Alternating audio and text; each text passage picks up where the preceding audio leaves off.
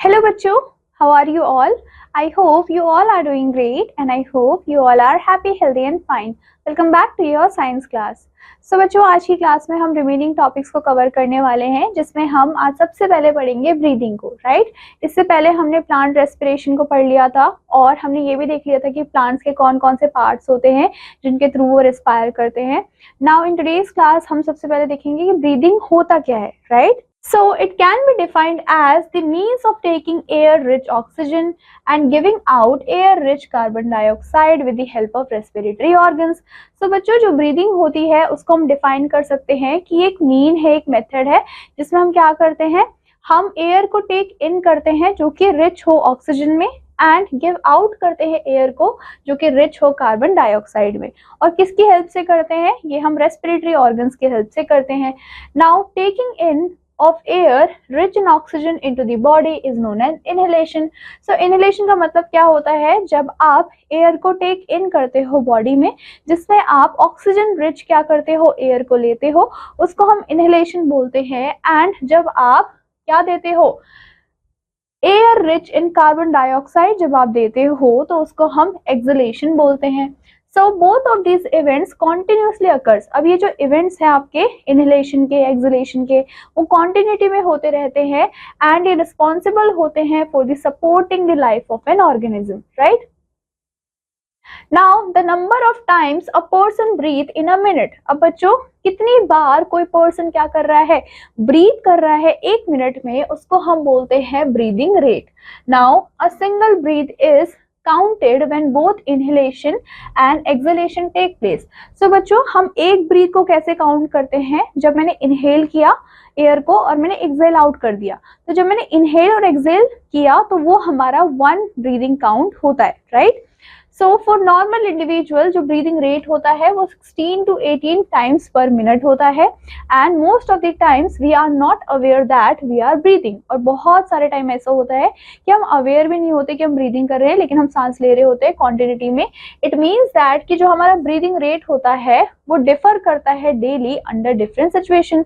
For example, जब आप बहुत तेज भागते हैं तो आप फटाफट सांस लेने की कोशिश करते हो, तो उस टाइम पे आपका ब्रीदिंग रेट डिफरेंट होगा. जब आप रिलैक्स्ड होते हो, राइट, जब आप कुछ भी नहीं कर रहे होते, तो उस टाइम पे आपका जो ब्रीदिंग रेट होता है that will be different.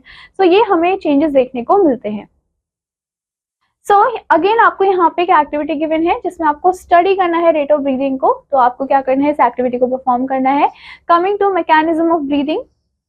So we breathe with the help of a pair of lungs. अब बच्चों, ब्रीदिंग करने के लिए हमारे पास क्या है, हमारी बॉडी में लंग्स के पेयर हैं which are present in the chest cavity. और हमारे जो लंग्स होते हैं वो कहाँ प्रेजेंट होते हैं बच्चों? हमारे चेस्ट कैविटी में. अब बच्चों, ये जो चेस्ट कैविटी है इसका और एक नाम है जो कि थोरैसिक कैविटी. अब बच्चों, ये जो कैविटी होती है इसको सराउंड करते हैं हमारे रिब्स. तो आपने जब अपना स्केलेटल सिस्टम पढ़ा होगा तब आपने देखा होगा कि इस तरीके से क्या होते हैं, आपके रिब्स बने होते हैं, राइट, और सराउंडेड होते हैं बाय आर रिब्स. सो ये हमारे रिब्स है. सो रिब्स क्या करते हैं, रिब्स आपके लंग्स को प्रोटेक्ट करके रखने का काम करते हैं क्योंकि आपका स्केलेटल सिस्टम है. सो इस पे आज हम नहीं जाएंगे. सो मैंने आपको बता दिया है कि रिब्स क्या होते हैं. So this cavity is surrounded by the ribs on the sides. So side से ये रिब से सराउंड होता है और ये फॉर्म करता है एक केज लाइक स्ट्रक्चर को जिसको हम रिब केज बोलते हैं, जो कि मैंने आपको भी यहाँ पे ड्रॉ करके दिखाया था. So a large muscular sheet जिसको हम डायफ्राम बोलते हैं, ये फॉर्म करता है floor of the chest cavity को. विच मीन्स कि जो भी हमारी चेस्ट कैविटी है उसका जो हमारा फ्लोर है वो कौन फॉर्म करता है? वो आपका डायफ्राम फॉर्म करता है. अब बच्चों, ये डायफ्राम है, इसका काम क्या है, इसका फंक्शन क्या है? तो डायफ्राम क्या करता है, सेपरेट करता है हमारे चेस्ट कैविटी को एब्डोमिनल कैविटी से.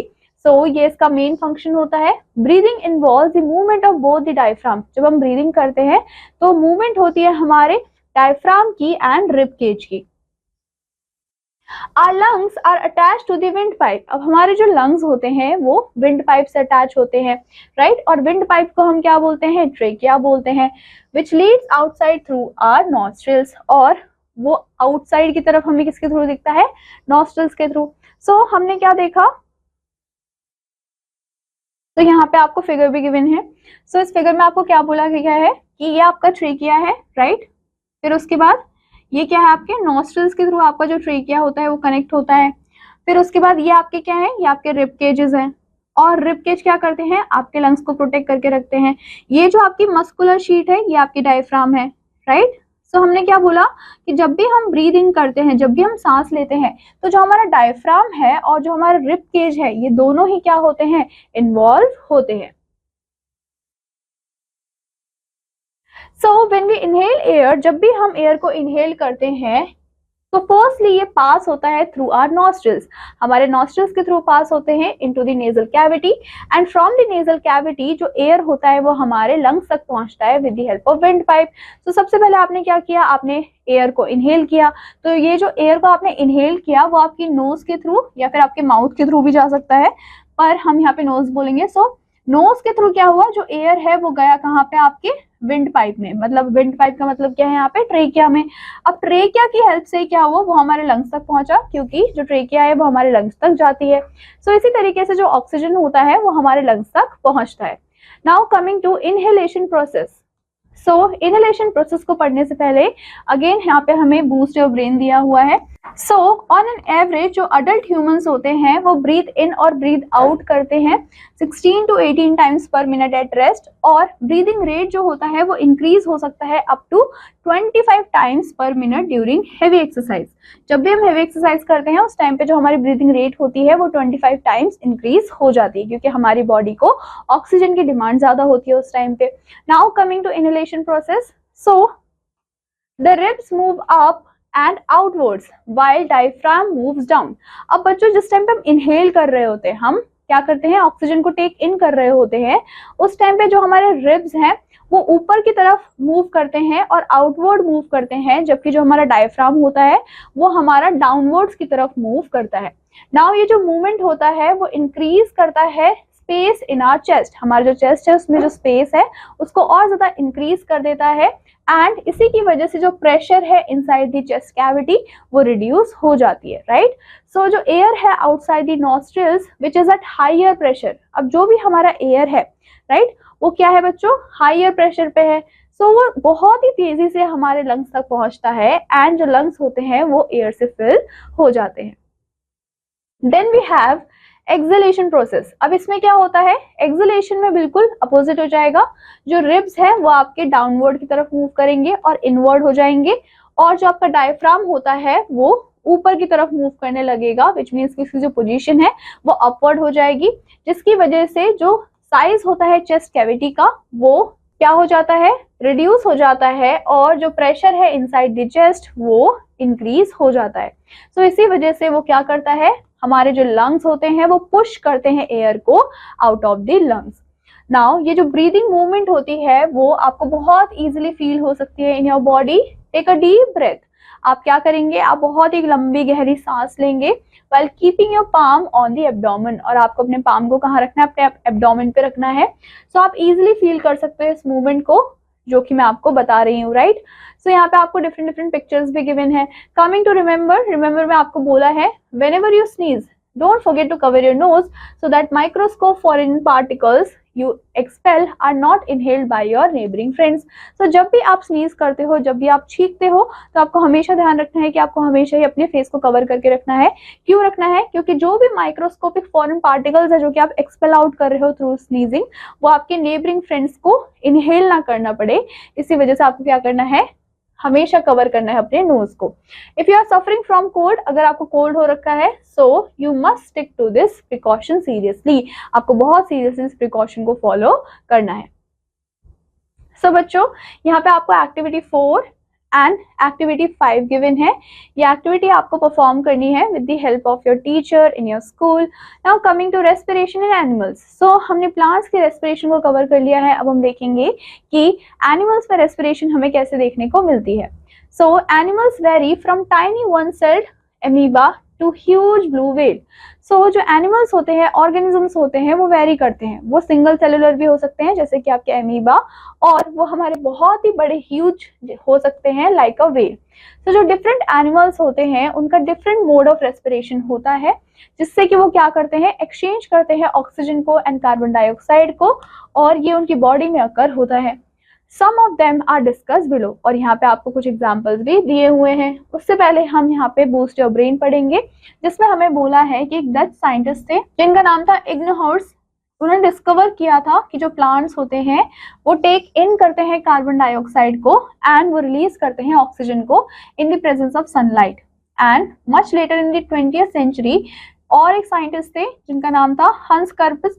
उन्होंने डिस्कवर किया कि what exactly happens when plant respire to release energy. So ये दोनों ही साइंटिस्ट थे जिन्होंने प्लांट के ऊपर क्या किया था बच्चों, स्टडी किया था। So now coming to respiration in amoeba, right. So amoeba क्या होता है? एमीबा आपका सिंगल सेल्ड एनिमल होता है जो कि वाटर पे रहता है। Now it depends on simple diffusion of gases for breathing. So breathing के लिए जो एमीबा है वो सिंपल डिफ्यूजन पे डिपेंड करता है। To supply itself with energy, जो एमीबा होता है उसको भी ऑक्सीजन की रिक्वायरमेंट होती है एज वेल एज फूड की जरूरत होती है। And food oxygen passes from watery environment into the amoeba, और जो वाटरी एनवायरनमेंट है, जो वाटर है, उसी के थ्रू जो फूड है, ऑक्सीजन है, वो एमीबा तक पहुंचता है through the cell membrane. Now at the same time जो वेस्ट प्रोडक्ट्स होते हैं, वेस्ट प्रोडक्ट जैसे कि आपके कार्बन डाइऑक्साइड, वो पास आउट होते हैं एमीबा की बॉडी से again through a cell of membrane जो कि एमीबा में प्रेजेंट होता है। जितना भी एक्सेस वाटर होता है इन द एमीबा वो पंप आउट हो जाता है through the cell membrane by a contractile vacuole. वैसे ही जो रेस्पिरेशन होता है अर्थवॉर्म में वो कैसे होता है? सो अर्थवॉर्म बच्चों कहाँ रहता है? वो सॉइल में रहता है, आपने देखा भी होगा। So in the respiratory system of earthworm oxygen enters through skin. So अगर हम अर्थवॉर्म की बात करें तो अर्थवॉर्म का कोई नोज तो नहीं है। सो इसी वजह से जो अर्थवॉर्म होता है वो अपनी स्किन के थ्रू क्या करता है? ऑक्सीजन को टेक इन करता है। एंड जो अर्थवॉर्म होता है वो प्रोड्यूस करता है कार्बन डाइऑक्साइड गैस को and which leaves through the animal skin, और वो भी अगेन कहाँ से निकलता है? एनिमल के स्किन से निकलता है। So however skin must remain moist in order for gases to pass through, लेकिन यहाँ पे कंडीशन क्या है कि जो स्किन है वो मॉइस्ट ही रहनी चाहिए, तभी ये जो गैसेस का एक्सचेंज है वो हो पाएगा। And if the earthworm remains out in the heat of the sun, और अगर जो अर्थवॉर्म है वो सन की हीट में ज्यादा टाइम तक रहा तो जो स्किन है वो ड्राई आउट हो जाती है और जो एनिमल है वो सफोकेट करना स्टार्ट कर देता है। तो यहाँ पे आपको कंडीशन याद रखनी है कि अगर स्किन के थ्रू गैसेस एक्सचेंज को करवाना है इन अर्थवॉर्म तो जो उसकी स्किन है वो हमेशा ही मॉइस्ट रहनी चाहिए। Then we have respiration in fish. So fish क्या करती है? ऑब्टेन करती है ऑक्सीजन को from the water by the means of gills, gills की हेल्प से। And these are feathery structures, ये फेदरी स्ट्रक्चर्स होते हैं जो आपको बिहाइंड द हेड देखने को मिलती हैं, और इनको कवर करने के लिए एक फ्लैप होता है, उसको हम ओपर्कुलम बोलते हैं। नाउ बच्चों ये जो गिल्स होते हैं इनको फीड किया जाता है with the blood from the heart, and ये जो गिल्स होते हैं वो ऑक्सीजन को पास करते हैं from the water into the blood. जो कार्बन डाइऑक्साइड वेस्ट है उसको भी पास आउट किया जाता है of the fish through the help of gills. Coming to remember, आपको यहाँ पे क्या पॉइंट बोला गया है? बहुत सारे एक्वेटिक क्रीचर्स हैं जो कि लार्ज फिश की तरह दिखते हैं एंड उनके लंग्स भी हैं instead of gills, which means कि फिश में हमने ज्यादा क्या देखा कि गिल्स होते हैं, लेकिन बहुत सारे ऐसे बड़े बड़े एक्वेटिक एनिमल्स हैं जिनके लंग्स होते हैं and they have to come to surface to breathe, और उनको सर्फेस तक आना पड़ता है सांस लेने के लिए। अब ऐसे एनिमल्स कौन कौन से हैं? जैसे कि वेल्स, राइट, उसके अलावा आपके पोर्पोइसेस, ये सारे आपके इन्फेंट मैमल्स हैं जो कि क्या करते हैं, जो कि सरफेस पे आते हैं ब्रीद इन करने के लिए, क्योंकि इनके अंदर आपको लंग्स देखने को मिलते हैं। Then we have respiration in grasshopper. So बच्चों जो ग्रास हॉपर्स होते हैं आपने देखे होंगे वो जंपिंग इंसेक्ट होते हैं, वो जंप करते रहते हैं। सो उनके पास कोई भी वेल डेवलप्ड सिस्टम नहीं होता ऑक्सीजन को मूव करने के लिए to their body and gaseous को या फिर जो हमारे वेस्ट है उनको बाहर निकालने के लिए। सो जो ग्रास हॉपर होता है वो ब्रीथ करता है थ्रू दी टाइनी होल्स जो कि उनकी बॉडी में प्रेजेंट होते हैं, और उन छोटे छोटे होल्स को हम स्पाइरिकल्स बोलते हैं। नाउ बच्चों ये जो ऑक्सीजन है वो एंटर करता है इन्हीं स्पाइरिकल्स के थ्रू एंड रीच करता है to all the part of grasshopper's body through a very network of thin air tubes जिसको हम ट्रेकिया बोलते हैं। अब बच्चों ये जो ट्रेकिया का ब्रांच होता है इनटू द ट्रेकियोल्स जो कि रीच करता है each and every cell of the grasshopper's body. So जो कार्बन डाइऑक्साइड है वो प्रोड्यूस होता है during the respiration in grasshoppers and it is carried back by the same air tubes to the spiracles where it is expelled in the process of breathing. So जो trachea होते हैं, जो आपके ट्रेकियोल्स होते हैं, trachea होते हैं, वो क्या करते हैं, जैसे ही कार्बन डाइऑक्साइड प्रोड्यूस होता है तो उसी स्ट्रक्चर के थ्रू वो वापस कहाँ चले जाते हैं, वो वापस आपके स्पाइरिकल्स में चले जाते हैं और फिर उनकी बॉडी से बाहर निकल जाते हैं. Then we have respiration in frog. So बच्चों जो टेडपोल होता है उनके पास गिल्स होते हैं, लेकिन जैसे जैसे वो ग्रो होते हैं तो फ्रॉग में कन्वर्ट हो जाते हैं, तो उनके पास एयर बैग्स होते हैं जिनको हम लंग्स बोलते हैं. ठीक है, अब यही जो लंग्स होते हैं वही गैसेस एक्सचेंज करवाते हैं. जितने भी बर्ड्स एंड मैमल्स होते हैं उनके पास भी हाईली डेवलप्ड लंग्स होते हैं जहाँ पे गैसेस एक्सचेंज हमें देखने को मिलता है. कमिंग टू रिमेंबर, यहाँ पे आपको एक पॉइंट गिवन है कि जो एयर ट्यूब्स होते हैं, ट्रेकिया होता है, वो आपको इंसेक्ट में भी देखने को मिलता है, not in any other group of animals, जैसे कि अर्थवॉर्म, फ्रॉग्स, लीचेस. ये एक्सचेंज करते हैं गैसेस को through their moist skin which is richly supplied with the blood, जैसे कि मैंने आपको अभी ऊपर बताया था. Coming to respiration in humans. So बच्चों, जैसे कि हमने लैंड एनिमल्स को देखा, वैसे ही जो ह्यूमन बींग्स होते हैं वो भी एयर को ब्रीथ करते हैं. उनको ऑक्सीजन की जरूरत होती है अलाइव रहने के लिए, एंड उनको ऑक्सीजन मिलता है बाय ब्रीदिंग इन एयर. जब हम सांस लेते हैं तभी हमें ऑक्सीजन मिलता है. अब बच्चों ये जो ऑक्सीजन है वो हमारी हेल्प करता है ताकि जो फूड है उसका ब्रेक डाउन हो पाए और हम एनर्जी को एब्जॉर्ब कर पाए. नाउ ये जो प्रोसेस है जिसमें एनर्जी रिलीज हो रही है from the food in human body is known as respiration. अब बच्चों ये जो प्रोसेस होता है रेस्पिरेशन का, ये कहाँ होता है, ये इनसाइड द सेल हमें देखने को मिलता है, एंड इसमें इन्वॉल्व होता है ह्यूमन रेस्पिरेटरी सिस्टम. एंड जो ब्रीदिंग ऑर्गन्स होते हैं in humans being are lungs, वो क्या होते हैं बच्चों, लंग्स होते हैं. हमारे पास हमारी बॉडी के अंदर लंग्स होते हैं जो कि हमारे गैसेस एक्सचेंज में हमारी हेल्प करते हैं. Now coming to respiratory organs and processes. So बच्चों जो ह्यूमन बींग्स होते हैं उनमें मेन ऑर्गन्स होते हैं रेस्पिरेशन के, वो होते हैं nose, throat, trachea, bronchi and lungs. तो सबसे पहले हम देखेंगे नोज को. सो बच्चों ह्यूमन बींग्स क्या करते हैं कि वो एयर को टेक इन करते हैं थ्रू दी नोस्ट्रिल्स. जो हमारे नोज में होल्स प्रेजेंट होते हैं उनको हम नोस्ट्रिल्स बोलते हैं. सो नोस्ट्रिल्स के थ्रू हम क्या करते हैं, एयर को टेक इन करते हैं.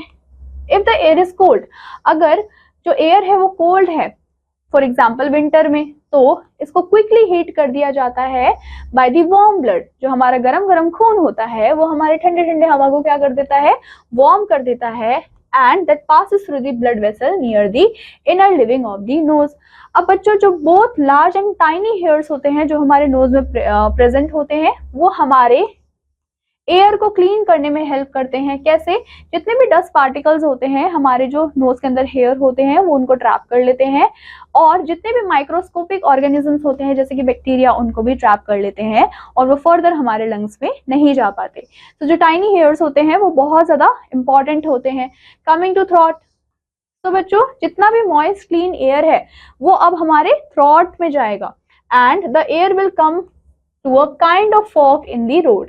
Now ये जो पाथ है बच्चों, ये कहाँ तक जाएगा, ये डाइजेस्टिव सिस्टम तक लीड करता है, एंड जो अदर पाथ होता है वो हमारा रेस्पिरेटरी सिस्टम का होता है, राइट.